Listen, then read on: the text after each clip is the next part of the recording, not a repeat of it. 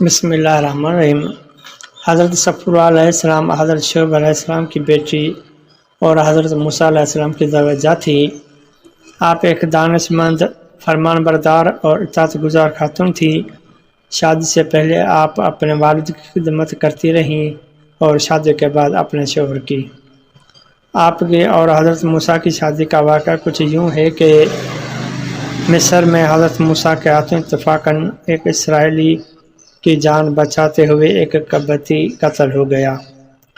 فرعون کو اس کی اطلاع ہوئی تو اس نے غصے میں سپاہی دوڑائے کہ حضرت موسیٰ کو گرفتار کر کے سامنے پیش کریں۔ مقصد یہ تھا کہ بدلے میں حضرت موسیٰ کو بھی قتل کرا دیا جائے۔ لیکن اللہ تعالیٰ نے ایک شخص کے ذریعے آپ کو فرعون کے گھناؤنے ارادوں کی خبر فرما دی۔ جان بچانے کے لیے آپ اللہ تعالیٰ سے دعا کرتے ہوئے ایک طرف نکل کھڑے۔ مختلف جگہوں اور بیابانوں سے گزرتے ہوئے آپ باہر آئے تو دیکھا کہ مدینے جانے کا راستہ آپ کے سامنے موجود ہے۔ اس پر آپ نے اللہ تعالیٰ کا شکر ادا کیا کہ اس نے آپ کو سیدھی راہ دکھلائی۔ آپ مدینے کے قریب ایک کنویں پر پہنچے تو دیکھا کہ وہاں پر بہت سے چرواہے اور ان کے جانور موجود ہیں اور کنویں سے پانی کھینچ کر اپنے جانوروں کو پلا رہے ہیں۔ آپ نے یہ بھی دیکھا کہ دو عورتیں اپنے جانوروں کو پانی پلانے کے بجائے ان کو کنویں کے قریب جانے سے روک رہی ہیں اور وہاں پر کوئی بھی ان کی مدد نہیں کر رہا۔ آپ نے ان لڑکیوں سے دریافت کیا کہ وہ اپنے جانوروں کو پانی کیوں نہیں پلا رہی تو انہوں نے جواب دیا کہ وہ کنویں سے پانی نہیں نکال سکتی۔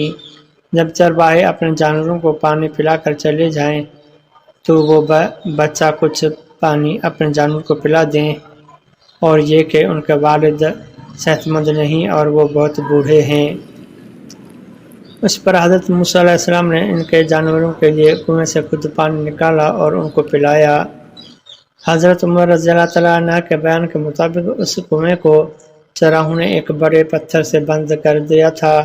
اس پتھر کو 10 آدمی مل کر ہی اپنی جگہ سے ہٹا سکتے تھے، لیکن حضرت موسیٰ نے تنہا اس پتھر کو اپنی جگہ سے سرکا دیا اور ابھی ایک ڈول ہی پانی نکالا تھا کہ بکریاں اس ایک ڈول پانی سے آسودہ ہو گئیں۔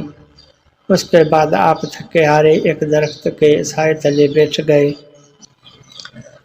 آپ مصر سے مدینے پیدل آئے تھے۔ آپ کے پیر میں چھالے پڑ گئے تھے۔ درختوں کے پتے اور گھاس پھوس کھا کر آپ نے گزارا کیا تھا۔ پیٹ کمر سے لگ رہا تھا۔ اس وقت آپ دنیا میں ساری مخلوق سے زیادہ اللہ کے نزدیک تھے۔ اس درخت کے نیچے بیٹھ کر آپ نے اللہ سے دعا کی، اے اللہ میں تیرے احسانوں کا محتاج ہوں۔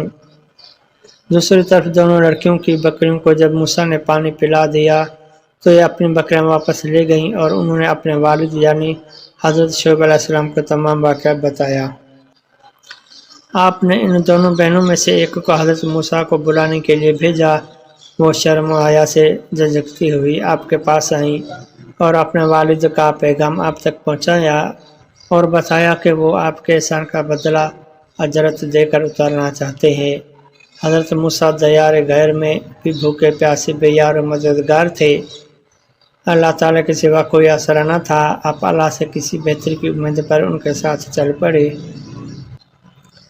ان خاتون نے جب حضرت موسیٰ کے ساتھ اپنے والد کی طرف آنے کا سفر کیا تو حضرت موسیٰ کے آگے آگے چلتی تھیں۔ حضرت موسیٰ نے اس کو گوارا نہ کیا، ان کے اپنے پیچھے چلنے کے لیے کہا اور فرمایا کہ جس طرف مڑنا ہو اس طرف کنکری پھینک دو۔ اس طرح انہیں حضرت موسیٰ کی شرافت کا اندازہ ہوا۔ کنویں سے تنہا پتھر ہٹا دینے سے انہیں حضرت موسیٰ کی طاقت کا اندازہ ہوا اور بے یار و مددگار عورتوں کی مدد کرنے سے ان کی نیک دلی کا پتہ چلا۔ ان بزرگ کے پاس پہنچ کر حضرت موسیٰ نے تمام واقعہ کہہ سنایا۔ بزرگ نے حضرت موسیٰ کو حوصلہ دیا اور کہا کہ اب تم فرعون کی سلطنت سے باہر ہو۔ اپنی بیٹی کے منہ سے حضرت موسیٰ کی تعریف سن کر انہوں نے اپنی بیٹی کی شادی حضرت موسیٰ سے کر دی اور مہر میں حضرت موسیٰ نے 8 سال تک ان کے لیے کام کرنا منظور فرمایا۔ حضرت ابن مسعود رضی اللہ تعالیٰ عنہ کا فرمان ہے، کے 3 افراد کی سے زیر کی معاملہ فہمی، دانائی اور دوربینی کسی اور میں نہیں پائی گئی۔